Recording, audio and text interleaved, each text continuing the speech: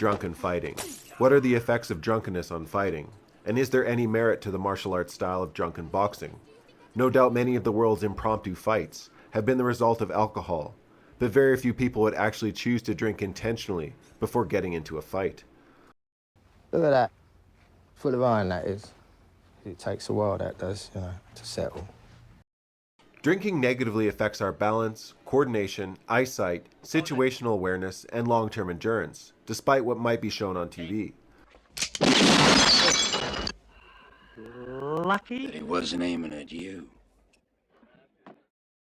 But drinking can reduce effects of pain and increase aggression. Drunken boxing, also known as drunken fist, is shown in films such as Jackie Chan's Drunken Master, an anime famously used by Rock Lee and Naruto. But the concept of this martial art is not necessarily to enhance fighting ability by being drunk.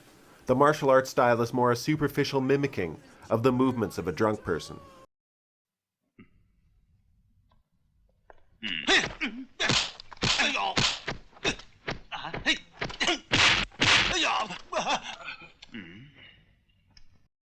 The idea behind drunken boxing is to be loose and unpredictable, with the musculature kept as soft as possible.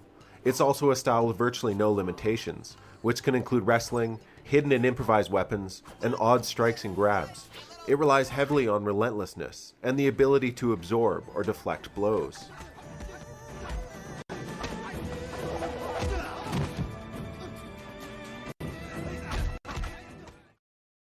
There are many styles and traditions of drunken boxing. It's a blanket term that covers numerous variations of kung fu.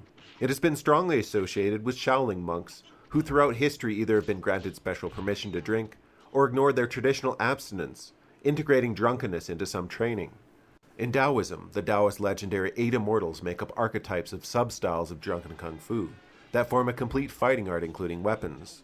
One archetype is based on one of the female immortals, which Jackie Chan's character is clearly finding too feminine to take seriously. Ding ding ding, ding ding ding ding ding ding ding ding. Northern fist style is the most common artistic style you'd see in a demonstration, as it emphasizes visual aesthetics as opposed to combative effectiveness. It's very acrobatic and hilarious, with extensive mimicking of a drunkard.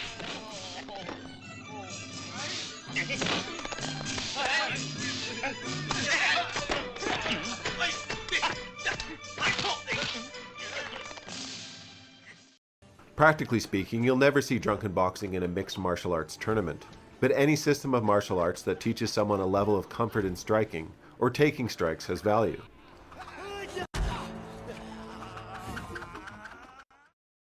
So can someone become a better fighter with a few drinks? We've all seen people transform into courageous and aggressive characters while drunk, taking on people they shouldn't. No doubt alcohol can improve confidence and pain tolerance, but so can the typical adrenaline your body naturally produces in a fight. Now, before we start, got a little joke for you. You'll love this one. Paranoid schizophrenic who walks into a bar.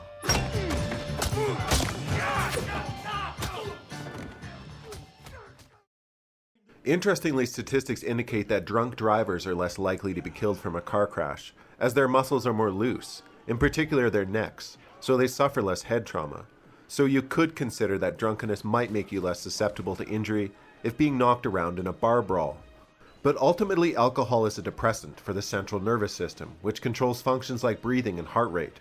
Drunks are less likely to avoid hits, cover their heads, and are overall far more susceptible to being knocked out while drunk.